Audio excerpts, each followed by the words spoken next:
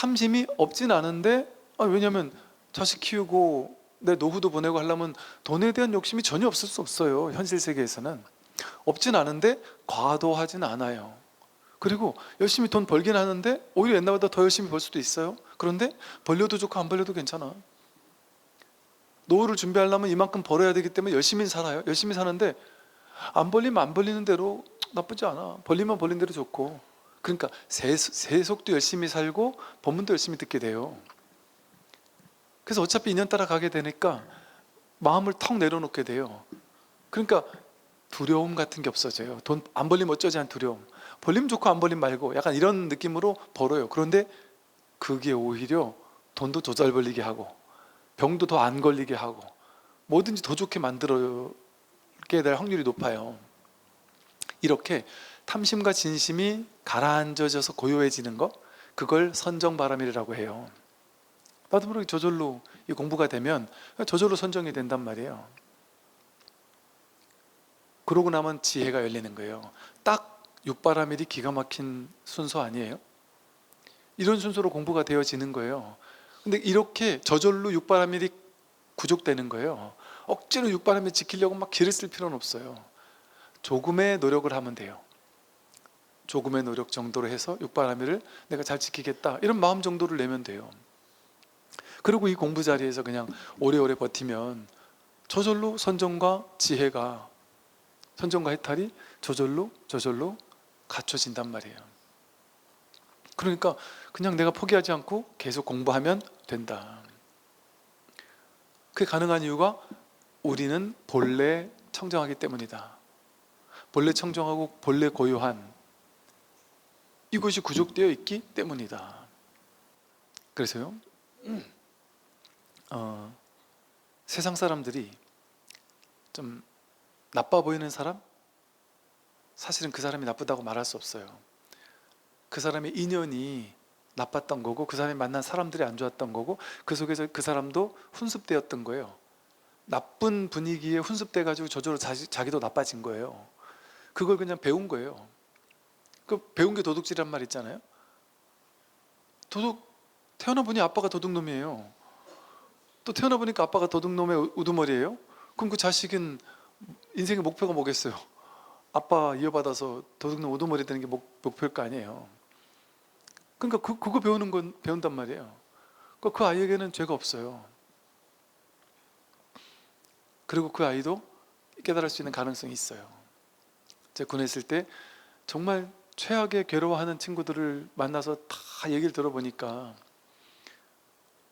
모든 장병들한테도 왕따인 친구들, 왜냐면 성격이 너무 안 좋거나 너무 좀 막 이래서 막 나쁘거나 아주 성격이 좀 약간 포악하거나 이래가지고 부대에서도 왕따인 이런 친구들이 있어요. 모든 사람이 포기한. 저희들이 종견이라고 하면서도 스님이라고 했는데도 가면 처음에 완전 쎄해요. 마음을 절대 안 열어요. 그런 친구도 있거든요. 근데 참 세상 같았으면 더 마음을 안 열었을 거예요. 그래도 참 군대라서 그런지 조금만 노력을 하면 이 친구들이 마음을 열어요.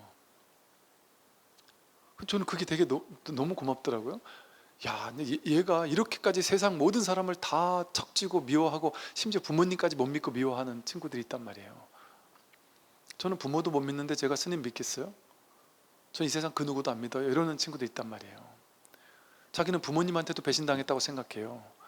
아마도 그 부모님은 저놈이 자식인지 왼수인지 모르겠다 할 수도 있겠지만, 그런데 그런 아이들과 지속적으로 대화를 나눠보고 느낀 점이에요. 오랫동안 한 20년 동안 느낀 점이, 야 진짜 절대적으로 본성이 나쁜 놈은 없다는 게 맞는 말이구나. 그 친구들이 마음을 열기 시작하면요, 진짜 간이고 쓸개고 다 빼줄 만큼 마음을 열어요.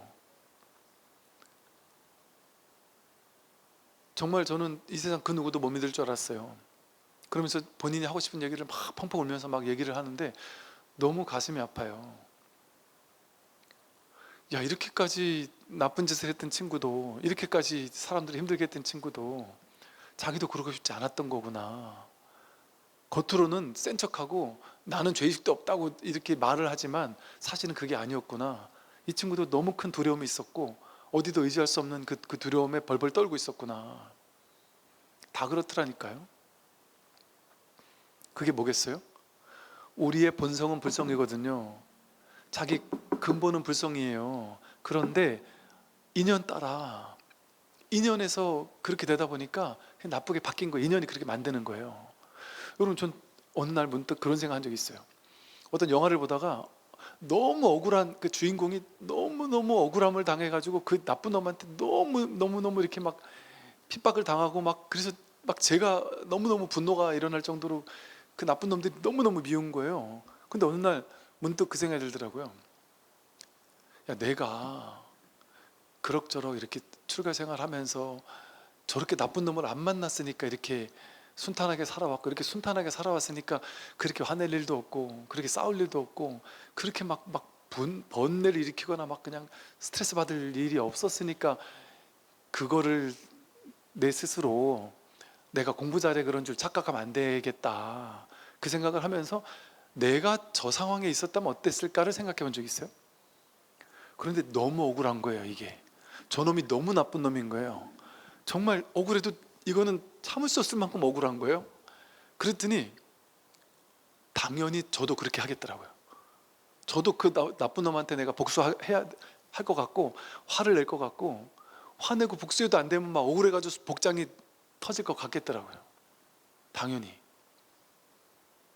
그러다가 저놈한테 너무 당해가지고 내가 세상의 끝까지 가버렸어요. 완전히 망하고 무너져가지고 세상의 끝까지 가버렸어요. 더 이상 떨어질 데도 없어요. 그러면 저라도 할 말 못할 말 그냥 그 사람한테 상처 주는 말이고 뭐고 다 하겠더라고요. 저는 천하의 나쁜 놈이 될 것 같더라고요. 여러분은 그러지 않을까요? 그게 왜 그럴까요? 인연이 화합하면 거기에 맞는 마음을 일으키는 거, 그게 이 사법계의 몸뚱아리를 지닌 에고 있잖아요. 에고, 아상. 에고의 작동 방식인 거예요. 이 에고는 정해진 내가 없어서 이 몸뚱이라는 나는요, 인연이라는 시스템에 반응하는 약간 기계 같은 거예요. 좀 막말을 하면, 좀 심하게 말하면, 에고는 자기라는 주관 줏대가 있는 게 아니고 인연에 응하는 게 에고예요. 아상이에요. 그러니까 고정된 내가 없어요.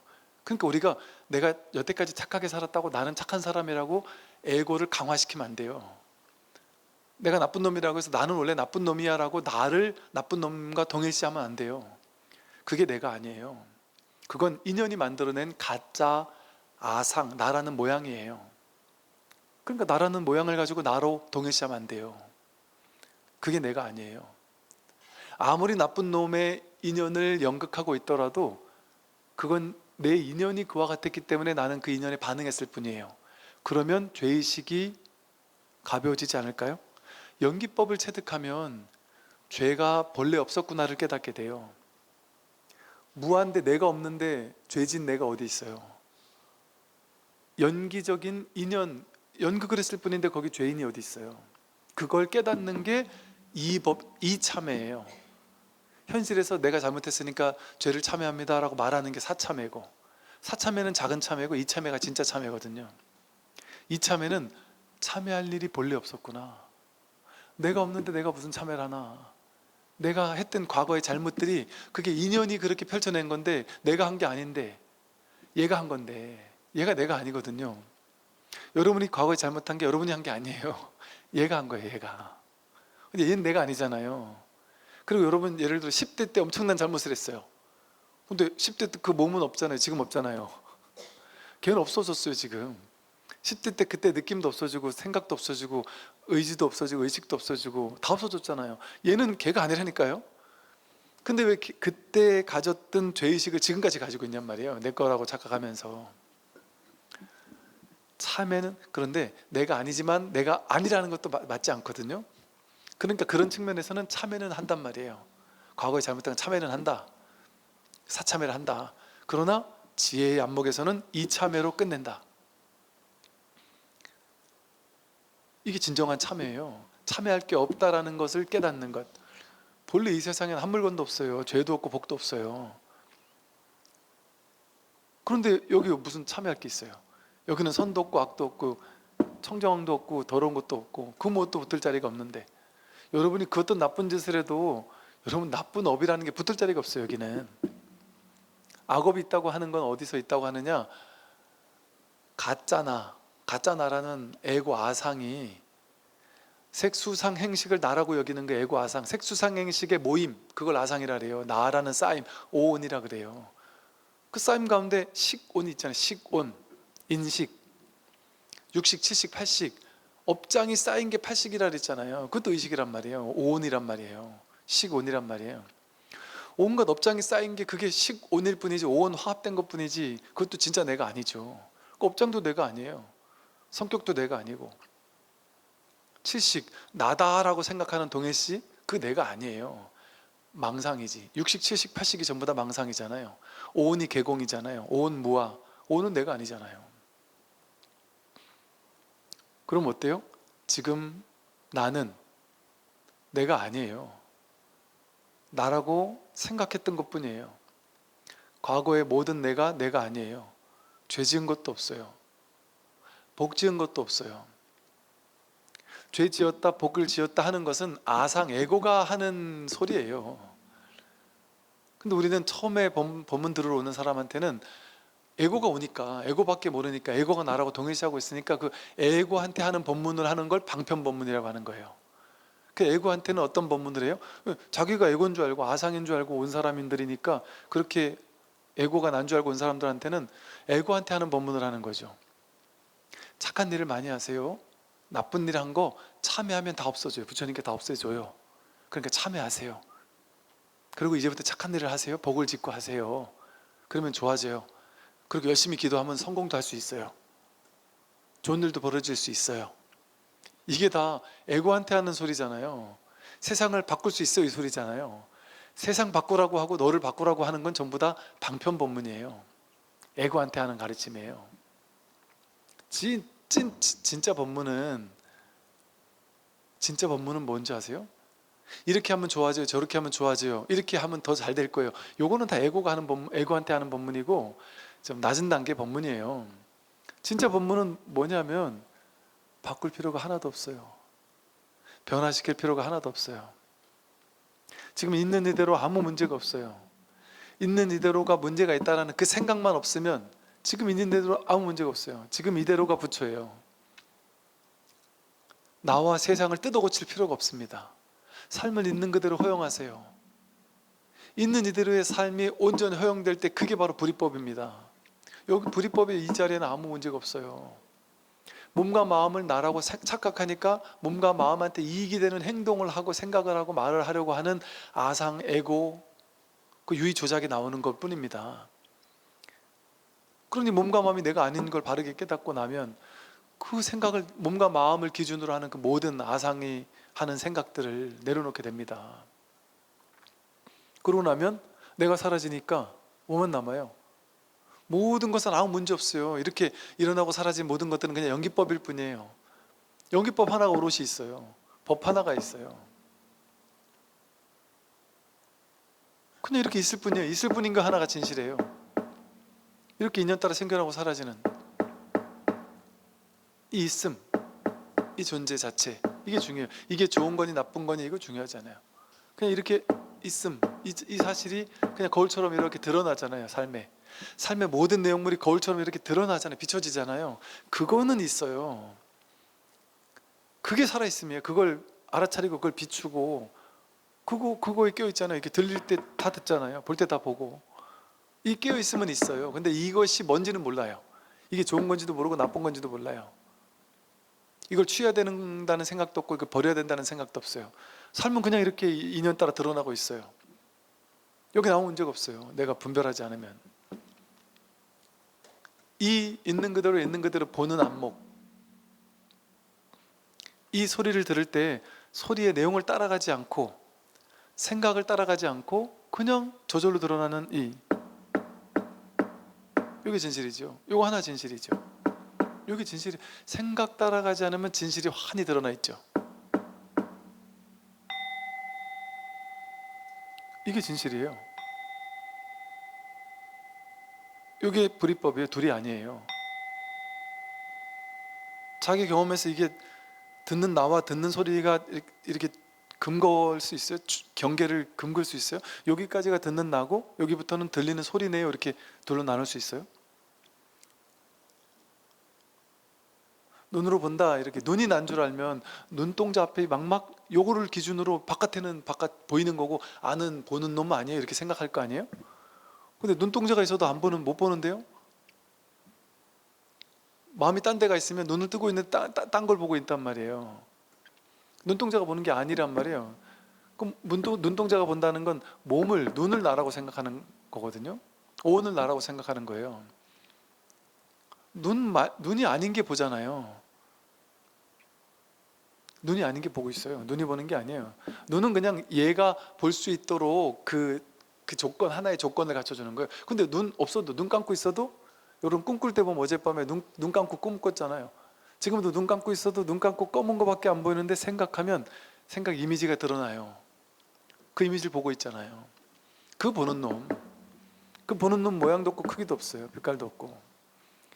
눈이 보는 게 아니거든요. 이게 봐요. 이게 듣고, 이 마음이 보고 이 마음이 들어요.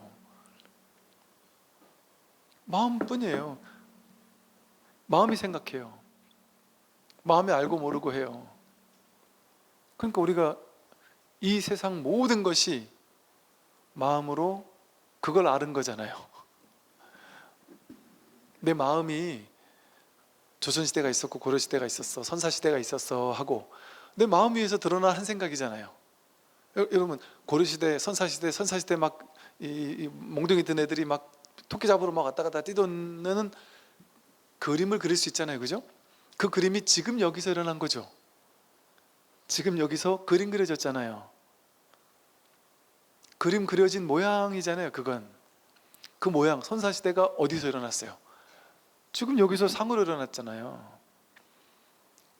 그 모양은 상이라 그래. 상, 허망한 계시, 허망한 상. 그런데 그 모양을 여기서 드러낸 놈이 있단 말이에요. 그 모양이 떠오를 때 그 모양을 보고 있는, 비춰내는, 그게 마음 아니에요. 마음이 없으면 어떻게 그걸 그려낼 수가 있어요? 떠올릴 수가 있어요? 마음 위의 일이잖아요. 모든 것이, 삶의 모든 것이. 과거, 미래가 전부 다 마음 아니에요? 과거와 미래가 마음에서 떠오르잖아요. 미래가 여기 있잖아요. 과거가 여기 있고. 천년 전, 만년 전 역사, 선사시대, 그때가 여기서 지금 떠올라요. 지금. 언제나 지금 떠오르지 않아요. 과거가. 과거 지금 일이잖아요. 어떻게 과거가 있어요? 과거 지금 눈앞에 일이죠. 그러니까 과거는 여기서 떠오르는 상일 뿐이죠. 생각일 뿐이죠. 분별상일 뿐이잖아요. 그런 과거는 없죠. 그런 미래는 없어요. 미래가 내가 늙고 병들고 죽을 텐데 죽고 나서 지옥 가면 어쩌지? 그런 미래가 어떻게 있을 수가 있어요? 여기서 떠오르는 상이잖아요. 상. 그런 미래가 있을 거라는 거 전부 다 생각 아니에요?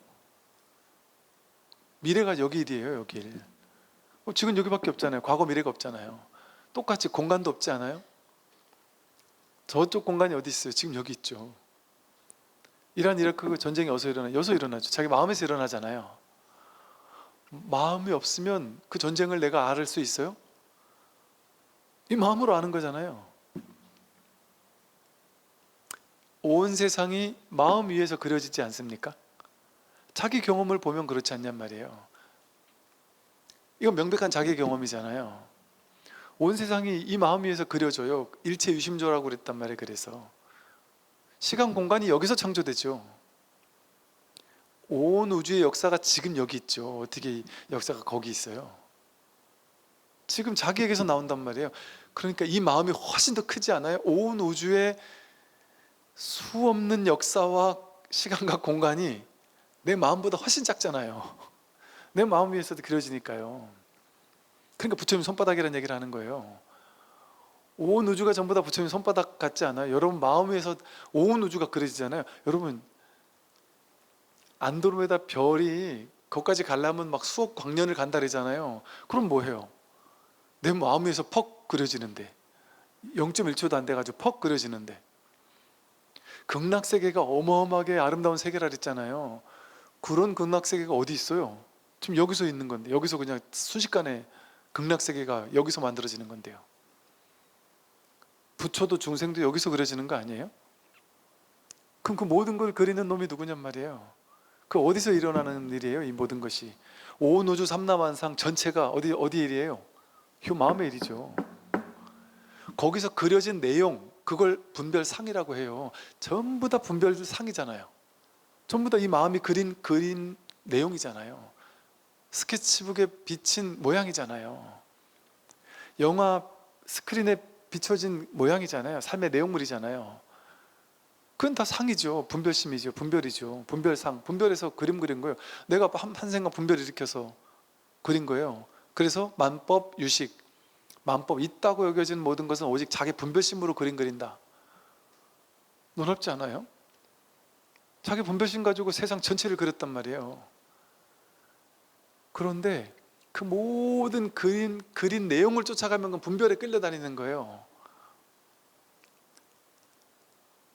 어떤 내용을 그리더라도 좋은 내용도 그리고 나쁜 내용도 그리고 또 내 인생은 행복해라고 분별도 하고 불행해라고 분별도 하고 난 죽고 나 지옥 갈 거야라고 생각도 하고 아니면 어쩌면 죽고 나서 천당 갈지도 몰라라고 생각도 하고 5만 가지 그림 그릴 수 있잖아요. 근데 그림 따라가지 않으면 그 그림을 그린 놈이 없으면 어떻게 그림이 있을 수 있어요? 그림을 그린 바탕이 있지 않으면 어떻게 그림이 있을 수 있어요? 이 마음이 있지 않으면 어떻게 그 그림이 어디서 이 마음에서 그려지죠. 그러니 삼라만상 전체가 마음의 일 아니에요. 마음에는 아무 일이 없죠. 근데 그림 따라가면 무수히 많은 일이 있죠. 울고 웃어야 되죠, 인생에서. 근데 그 모든 그림을 그려낸 이 마음 바탕, 여기는 아무 일이 없어요. 청정해요. 큰 것도 없고 작은 것도 없고 너도 없고 나도 없고 나와 세계가 둘러 나뉘지도 않고 뭐다라고 할 수 있는 게 없어요. 여기서는 좋고 나쁜 일이 없어요. 모양에서 좋고 나쁜 일이 있죠. 여기서 태어나고 죽는 게 없어요. 모양에서는 태어나고 죽는 게 있지만 불생불멸이고 불구부정이고 부정불감이에요. 여기서 말하듯이 비청비탁이고 비천비심이에요. 청탁, 깨끗하고 더러운 게 없죠. 여기서 깨끗한 그림도 그려지고 더러운 그림도 그려지고 깨끗한 그림의 끝판왕 정토. 얼마나 깨끗했으면 깨끗할 정자를 써서 정토라 그랬겠어요. 더러운 땅은 예토. 그게 진짜 있냔 말이에요. 여기서 그려지는 상이죠. 정토도 그림 그려진 상이고 예토도 그림 그려진 상이죠. 이 세상이 모두 이와 같답니다. 다 내 마음 위에서 그림 그려진 거예요. 그럼 그 마음, 모든 그림을 그린 바탕, 요거 하나 깨달으면 온 세상에 벌어진 모든 일이 일 아니에요. 이 마음의 일 아니에요. 이 마음은 여유부동하잖아요. 움직임이 없잖아요. 더럽고 깨끗한 것도 없고 나고 죽는 것도 없고 있고 없고도 없고 이거 하나가 온전한, 여긴 뭐 아무것도 없으니까 죽고 살 일이 없단 말이에요. 괴로움이 있어요 여기? 없어요. 여기 부처가 있어요? 중생도 없고 부처도 없어요. 중생을 인연으로 부처를 만든 거예요. 고통을 인연으로 고통의 소멸인 열반 해탈을 만든 거고 여기는 아무것도 없어요. 뭐 하나 붙어 꼈어요. 깔끔하단 말이에요. 청정하단 말이에요. 그래서 본래 고요하다 이러는 거예요. 여기는 본래 고요해요. 아무것도 시끄러운 게 하나도 없는데요. 그리고 본래 청정하다고도 하고 정멸, 다 끊어졌다 아무것도 없다 이 소리잖아요. 정멸, 이게 정멸 아니에요. 이 마음이 정멸하고 아무것도 없으니까 여기에 인연 따라 무엇을 그림 그려도 상관없어요. 그 그림 따라가지 않으면 무슨 그림 그림들 뭔 상관 있어요. 즉 우리가 잘 나가도 못 나가도 상관없고 돈이 많아도 적어도 상관없고 나이가 많아도 적어도 상관없고 죽어도 살아도 상관없고 아무 상관이 없어요. 다 상이니까요. 이것만 귀하죠. 마음 하나가 요거 하나만 진실하죠. 그 마음이 어디 있어요? 이 삼라만상을 벗어나서 따로 마음이 있겠어요? 그러면 둘이잖아요. 둘로 나뉘는 거잖아요. 이 삼라만상 드러난 이게 마음이에요. 그래서 현실이고 진실이라고 하는 거예요. 제법 실상이라고 하는 거예요. 제법 있는 모든 것들이 그대로 실상이다. 그대로 실상이에요. 이 그대로 실상이에요. 나와 너가 나와 우주가 온 세상에 그대로 실상밖에 없어요. 분별하지 않으면 실상에 다 드러나 있다니까요. 지금 분별 따라가니까 이건 좋고 이건 싫어, 난 이거는 더 취하고 싶고 저건 버리고 싶어 라는 망상을 쫓아가는 거예요. 그러니까 남들은 가졌는데 나는 못 가지면 괴롭고, 내 인생 없애버리고 싶은데 안 없어지니까 괴롭고, 모양 따라가서 취하거나 버리고 싶어 하니까. 근데 본래 여기는 모양이 없단 말이에요. 취할 것도 없고 버릴 것도 없고. 그러니까 일에 마친 사람이죠. 일을 다 해 마친 사람이죠. 아무것도 할 일이 없어요. 그러니까 이제부터 뭘 하겠어요? 이 세상이 허망한 줄 알고 이 모양은 그냥 꿈인 줄 아니까 꿈속에서 스트레스 받을 게 하나도 없이 이제 꿈속에서 이제 꿈을 가지고 노는 거죠. 재밌게. 유희산매. 재미난 놀이가 된다면, 놀이터가 된단 말이에요. 어린 아기가 아무 근심 걱정 없이 마음껏 놀듯이 된단 말이에요. 그 지난 시간에도 보니까 도덕경 우리 공부했을 때 보니까 성인은 이 중생들에게 법을 설하면 중생들은 귀를 쫑긋하고 듣고, 그러면 이 귀를 쫑긋하고 듣는 이들에게 성인은 그들을 어린아이가 되도록 만든다, 이렇게 표현을 했어요. 어린아이에게 하는 일은 뭐밖에 없어요? 노는 것밖에 없잖아요. 그게 놀이예요, 놀이. 그래서 삶이 놀이 같다고 하는 거예요. 그래서 삶의 본질은 즐겁게 노는 거다, 이렇게 표현을 해요. 그래서 삶은 즐거운 곳이다, 즐거워야 된다. 그리고 즐겁게 사는 게 삶의 본질이다, 이렇게 얘기하는 거예요.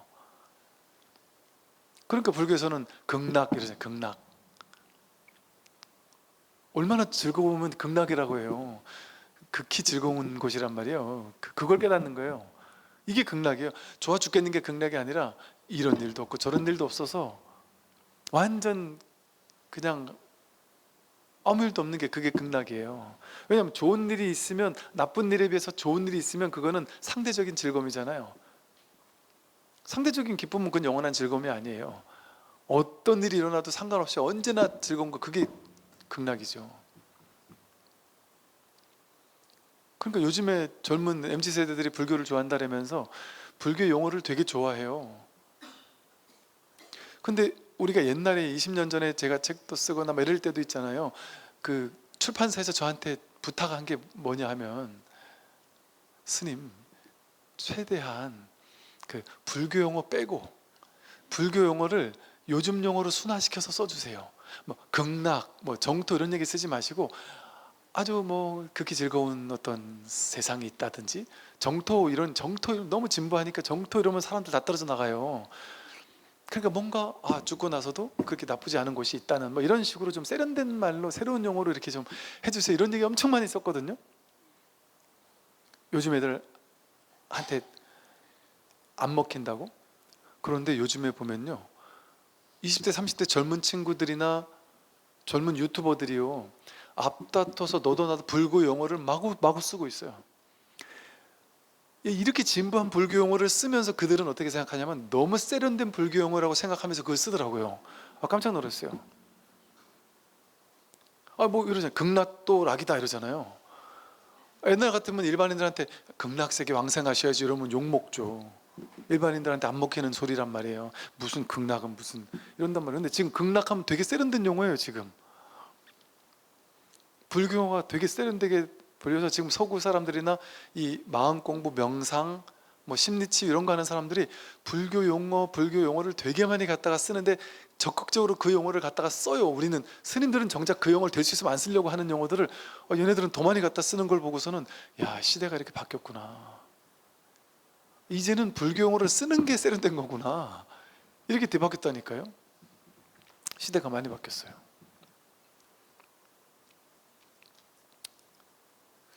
그래서 우리가 이제 돌아가면요, 이 세상에는 본래 청정함도 없고 더러움도 없어요. 즉 여러분을 바꿔야 될 이유가 없어요. 이 에고를 바꿀 필요는 하나도 없어요. 그런데 이 에고 입장에서는 하고 싶은 것도 있고 바꾸고 싶은 것도 있을 거 아니에요? 그건 하면 돼요. 그냥 할 수 있는 만큼만 하면 돼요. 최선을 다해서 하면 돼요. 그러면 될 건 되고 안 될 건 안 될 거예요. 내가 힘을 뺐는데도 오히려 될 건 더 잘 돼요. 힘을 뺄 때 오히려 더 잘 될 수 있어요. 그러니까 집착 없이 할 건 마음대로 한단 말이에요. 그러니까 제 말은 이 불교 공부를 하면 손해볼 게 하나도 없단 말이에요. 세속적인 것도 잘 된다니까요. 힘을 빼고 일을 하니까 더 잘 돼요. 저도 이제 약간 이제 그 군에 있을 때 약간 위에 자리에서 밑에 이제 이렇게 사람들을 이렇게 뭐랄까 이렇게 시켜보고 이렇게 높은 계급에서 낮은 계급의 이제 분들을 이렇게 시켜본 적이 있었거든요. 그런데 이게 점수를 주는 게 있잖아요. 그러면 누구를 점수를 더 좋게 주고 싶거나 누구를 더 이렇게 신임이 가거나 일 시켜도 뭔가 야, 저 사람은 오래오래 남았으면 좋겠다 싶은 이런 게 어떤 사람이냐면요, 완전 여기에 목숨 걸어가지고 미친 듯이 일만 해가지고 일중독자고 완전 막 충성을 다하고 뭐든지 다 할 수 있습니다 하고 막 충성을 다하면서 막 이러는 사람은 겉으로는 좋은데 속으로는 뭔가 모르게 믿음이 안 가요. 뭔가 모르게 믿음이 안 가요. 그런데 이건 할 수 있는데 이건 못할 건 못한다고 얘기한다든지, 또 뭔가 모르게 집착 없는 사람도 있잖아요. 나 시키라면 시키고 말란 마세요. 나 진급 안 시키면 국방부 지네 손해지 뭐.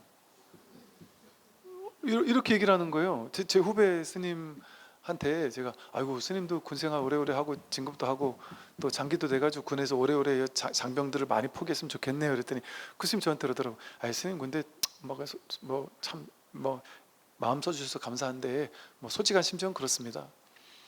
제가 여기 있어야 되는지 안 있어야 되는지도 모르겠고 그냥 부처님한테 알아서 다 맡기는 거고, 뭐 만약에 나를 진급 안 시킨다? 아이고 참나, 국방부가 지네가 그 정도 배짱 있으면 시키지 말라 그러세요. 그럼 뭐 지네 손해지 뭐. 내가 손해볼 건 없어요. 전 어디 가도 그냥 알아서 뭐 제 인생 알아서 잘 살 수 있어요. 근데 내가 국방부에 좀 서비스 해줄라 그랬죠. 좀 봉사 좀 하고 장병들을 위해서 애써주려고 내가 남아있을라 그런 거지 뭐. 내가 아쉬울 건 없어요.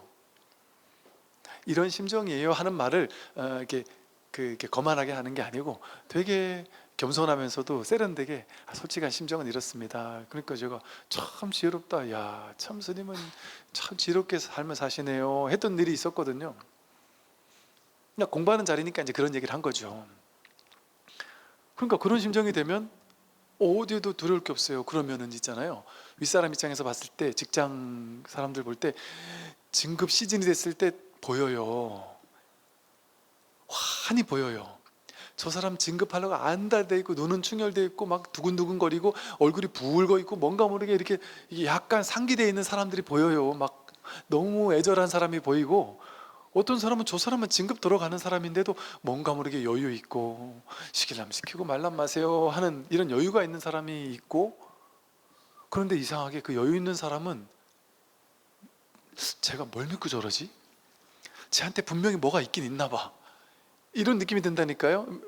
옛날에 우리 여자친구 사귀고 남자친구 사귈 때 남자친구가 사귈라면 살고 말란 말아. 뭐 헤어질라면 헤어지고 마음대로 해. 너무 막 달라붙지 않으면 제가 뭐지? 이런 느낌이 들어요. 그래서 더 잡고 싶어요. 그런데 나한테 마음에 들었는데 나 얘가 마음에 들었어요. 인물도 좋고 능력도 있고 다 마음에 들었어요. 근데 얘가 나한테 너무 막 달라붙어요. 너무 나한테 집착을 해요. 근데 이 B라는 친구는 인물도 별로고 성격도 별론데 전혀 나한테 집착을 안 해요. 뭐 올라보고 말란 말고 뭐. 잘난 사람보다 약간 못났지만 이런 사람이 더 끌린다니까요. 사람이 어떤 느낌이 되냐면 분명히 내가 모르는 뭔가가 있나 봐. 얘는 뭔가 모를 뭔가가 있나 봐, 이런 느낌이 드는 거예요. 사람이. 그게 무슨 원리냐면 삶의 모든 분야가 똑같아요. 그게 무슨 원리냐면 과도하게 집착하면 왠지 모르게 거기서 멀어져요. 집착하지 않고 그저 행할 뿐이면 그걸 더 얻기가 쉬워져요. 그 사람 마음 사기가 훨씬 쉬워져요. 그래서 여러분 뭐 이렇게 남들하고 거래할 때도 있잖아요. 거래의 법칙 같은 게, 예를 들어 여러분이 뭐 아파트를 산다. 그러면 그 주인한테 이 아파트 안 사면 안 돼요. 막 저는 어떤 일에서 사고 싶어요. 막 안다라는 사람처럼 보이면 그 사람도 배짱 부를 거 아니에요. 근데 마음대로 하세요. 뭐 팔란 팔고 말란 말고 나는 뭐 갈 데 많고 할 거 많고 여기보다 더 좋은 집도 많고 뭐 사줄라 할 때는 안 되겠네. 이만큼까지 떨어뜨려 주면 뭐 살까 말까 생각해 볼게요. 이러고 그냥 배짱 부리면 더 안달이 나죠, 상대방이. 근데 내가 먼저 안달이 이미 나 있어 버리면 거래에서 지는 거 아니에요. 당근 거래할 때도 똑같거든요. 내가 먼저 집착을 하고 안달이 나 있으면, 내가 먼저 사로잡혀 있으면 그건 지는 게임인 거예요. 그러니까 내가 먼저 집착해 있느냐, 내가 집착한 거기에 꽂혀 있느냐, 그럼 끝나는 거예요. 그러면. 그러니까 여러분들 보세요. 제가 이제 우리 군정병 하다 전역한 친구들이, 얘네들이 보니까 이 사회초년생들이다 보니까 그 부동산을 살 때 멋 모르고 덜컥 사는 거예요. 처음에 와가지고 스님 제가 이제 서울에 취직을 해가지고 이제 했는데요. 뭐 어차피 회사에서 월급도 많이 주고 하니까 어찌어찌 하다가 내가 월세로 살다가 그냥 살아보니까 좋아서 그냥 좀 싼 게 나왔길래 오피스텔을 빡 사버렸어요. 이러면서 막 신나가지고 막 흥분해가지고 막 얘기를 잘했다 잘했다 하고 막 칭찬해 주는데, 나중에 와서 한 1년 있다가 스님 진짜 그때 제 인생 최악의 실수를 했어요. 오피스텔 이놈이 올라가지도 않고, 이건 아무리 팔려고 해도 팔리지도 않고, 나는 회사가 지금 바뀌어가지고 딴 데로 가야 되는데 이거 뭐 맞추기도 쉽지도 않고, 뭐 이게 낮춰가지고 팔아도 안 팔리는데, 마침 옆에 비슷한 시기에 아파트, 허름한 아파트를 산 친구는 뭐 2배로 뛰었느니 어쩌니 하는데, 이게 어떻게 해야 됩니까? 막 이러면서 얘기한 친구도 있단 말이에요. 그런 걸 보고 제가 이제 친구들한테 그때부터 연락이 오면 이런 얘기를 해줘요. 너 지금 그걸 사더라도 그걸 사가지고 거기에 순식간에 뭔가 뭐 집을 사든 뭘 사든 사러 갔을 때 그걸 보고 뭐 하나 단 그 집에 갑자기 인테리어가 좋든지, 아니면 그 집에 뭐가 좋든지 뭐 한두 가지 꽂혀가지고, 유치원생들이 어느 유치원 갈래? 엄마가 물어보면 모르잖아요. 근데 앞에 뭐 무슨 자기가 좋아하는 캐릭터 있다고 여기 갈래? 이렇게 꽂히듯이, 그렇게 아무것도 아닌 비본질적인 거 가지고 꽂히면 안 된다. 꽂혔을 때는 잠시 그 사로잡혀 있는 생각을 딱 고요히 한 다음에 냉정하게 있는 그대로 생각해보고, 그래도 해야 되겠다 싶으면 그때 해라. 그리고 그 분야의 전문가들한테 많이 물어보고 많은 걸 공부해보고, 꽂혔을 땐 절대 계약하지 마라. 사로잡혔을 때는 사로잡힘이 싹 사라지고, 그래야 이제 냉정하게 있는 그대로 보는 눈이 생긴다. 어떤 친구는 야 그래서 그 오피스텔 도대체 왜 샀어? 이랬더니, 스님 저는 솔직히 오피스텔 이게 안 오른다는 거 알고 있었는데도 샀어요 이러더라고. 그래서 알고 있는데 왜 샀어? 이랬더니, 솔직히 말하면 내 태어나서 보지 못한 처음 그 집을 딱 봤을 때 뷰가 장난이 아니었대요. 높아 서울 시내가 쫙 내려다보는 뷰를 보고서는 너무너무 반해가지고 갑자기 그냥 사버렸대요. 그러니까 그렇게 꽂혀서 사버렸다는 얘기를 하더란 말이죠. 그러니까 이렇게 실수했던 친구들 얘기를 들어보니까 뭔지 모르게 꽂혔다는 거예요. 그래서 너 부모님도 사라 그랬더나? 아니 부모님은 하지 말라니까, 저는 꽂혀 있는데 부모님이 하지 말라니까 사실 화가 났는데 부모님 말 안 듣고 그냥 샀어요. 이런 친구도 있거든요. 그러니까 부모님 말을 왜 들어야 되는 줄 아니? 어른들은 그런 걸 다 해봐서, 거기 사로잡힌 거 다 옛날에 다 해봤거든. 나이 들어가지고 이제는 그 전체를 보는 안목이 있으니까 그런 조언을 해주는데, 어른들의 말을 듣는 건 엄청난 돈을 절약하는 거고, 그 사로잡혀 있는 그 냉정한 시선을 보는 그게 언더지는 거야. 그러니까 너가 뭔가 내가 어떤 결정을 할 때는 여기에 내가 사로잡혀 있는 게 뭔가가 있는지, 어디에 꽂혀가지고 편협하게 이것만 보고 좋아하는 뭔가가 있는지, 그게 있으면 그걸 잠시 식히는 시간을 가져라. 물론 그 거래하는 사람들은 뭐 내일이면 없어질 수도 있어요, 어쩌고 할 거다. 그 신경 쓰지 마라. 이 세상에는 당근에 여기 없으면 저기 있고, 이거 없다고 이거 하나밖에 없다 해도 2개 3개 꼭 있고, 집도 여기밖에 없지만 더 좋은 집이 있고, 반드시 그런데 놀아나지 말고 냉정하게 있는 그대로 오래오래 보고 평정한 마음으로 이제 사도 되겠다 싶으면 그때 사는 거다. 이런 얘기를 많이 해줬었거든요. 그게 뭐겠어요? 다 탐진치 삼독이에요. 집착심이에요. 그 사로잡혀 있는 분별심 가지고 무엇을든 하게 되면 그건 바르지 못한 선택을 하게 되는 결과를 초래하는 거죠. 그럼 왜 분별하지 말아야 될까요? 본래 이 텅 빈 자리에는 아무 일이 없어요. 그런데 우리가 한 생각 사로잡히면 사고를 치는 거예요. 어리석은 중생의 길로 떨어져 버리는 거예요. 세상의 모든 일이 똑같아요. 모든 걸 할 때 전부 다 내가 있는 그대로 보는 냉정한 평정심에 있을 때 그래도 되겠다 하면 해도 되는데, 어디 하나에 사로잡혀 있을 때 하게 되면 언제나 나중에 후회하는 일이 생기기 쉽죠. 오늘 여기까지 말씀을 드리도록 하겠습니다. 네, 수고하십시오.